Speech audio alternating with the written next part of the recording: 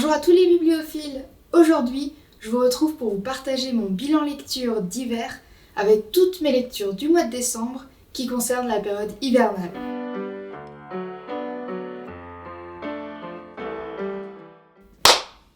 Comme vous l'avez compris dans ma vidéo sur les lettres du Père Noël de Tolkien, j'ai effectivement lu ce livre, donc je vous en parle pas plus. Si vous êtes curieux à ce sujet, je vous invite à aller voir la vidéo. Ensuite, je vous ai parlé des romances de Noël de Clarisse Sabart. Donc j'en avais présenté une dans ma pile à lire du mois de décembre. Au final, je les ai toutes lues. J'ai lu les 5 romances de Noël. Je ne vous les détaille pas plus. Si vous êtes curieux au sujet de l'autrice Clarisse Sabart, je vous invite à aller voir la vidéo que j'ai faite sur le sujet. J'ai lu le livre Un chant de Noël de Charles Dickens. Si vous êtes curieux de savoir de quoi ça parle, je vous invite à aller voir ma pile à lire du mois de décembre pour découvrir le résumé. En tout cas, moi j'ai bien aimé cette lecture. C'était une petite lecture rapide. De tête, je crois que ça fait moins de 100 pages. Le récit est bien construit avec les rencontres des différents esprits des Noëls passés, futurs, présents, mais aussi avec l'ancien associé. Donc j'ai bien aimé cette lecture. Je continue dans les livres qui figuraient sur ma pile à lire du mois de décembre avec le livre Les 4 petits meurtres de Noël d'Alexandra Benedict. C'est un cosy Christmas mystery. J'ai bien aimé le lire, ça change un peu des romances de Noël que j'ai beaucoup lues du coup ce mois de décembre.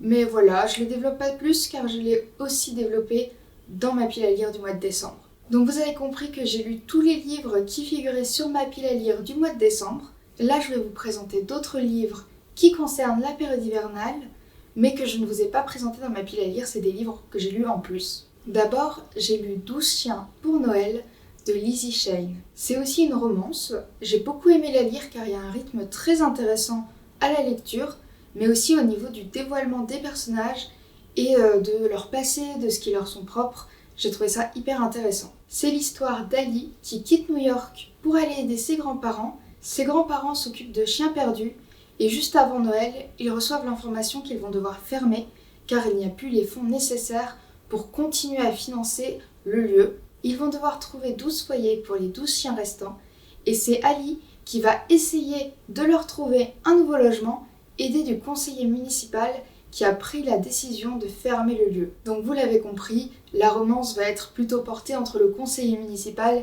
et Ali. Le prochain livre, c'est Un Noël au bord de la Tamise d'Anne Perry.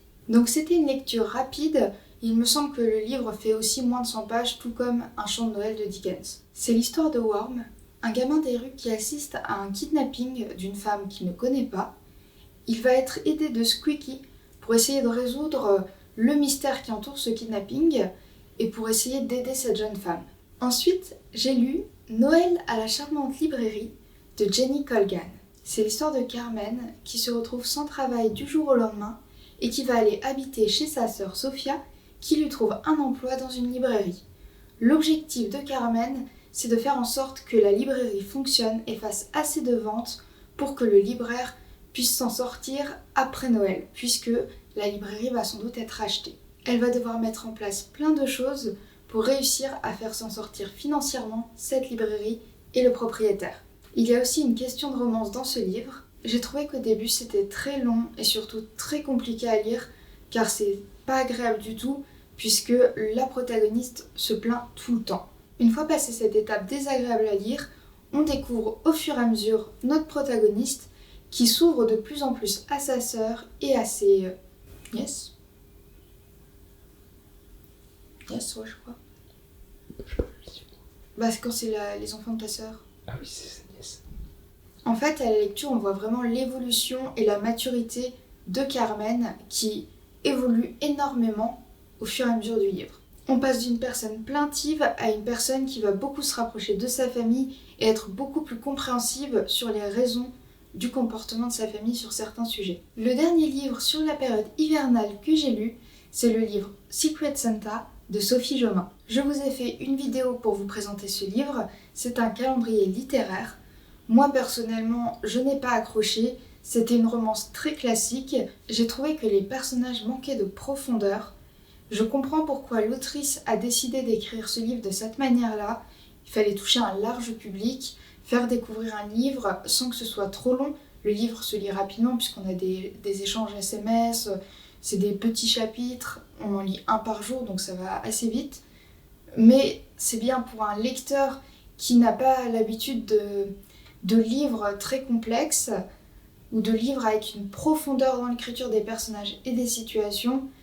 Mais moi personnellement, ça ne m'a pas parlé, je n'étais pas la cible, je pense. J'ai vu que parmi les éditions Ozu, il y avait d'autres calendriers littéraires pour d'autres publics, donc sur du thriller, mais aussi pour les enfants.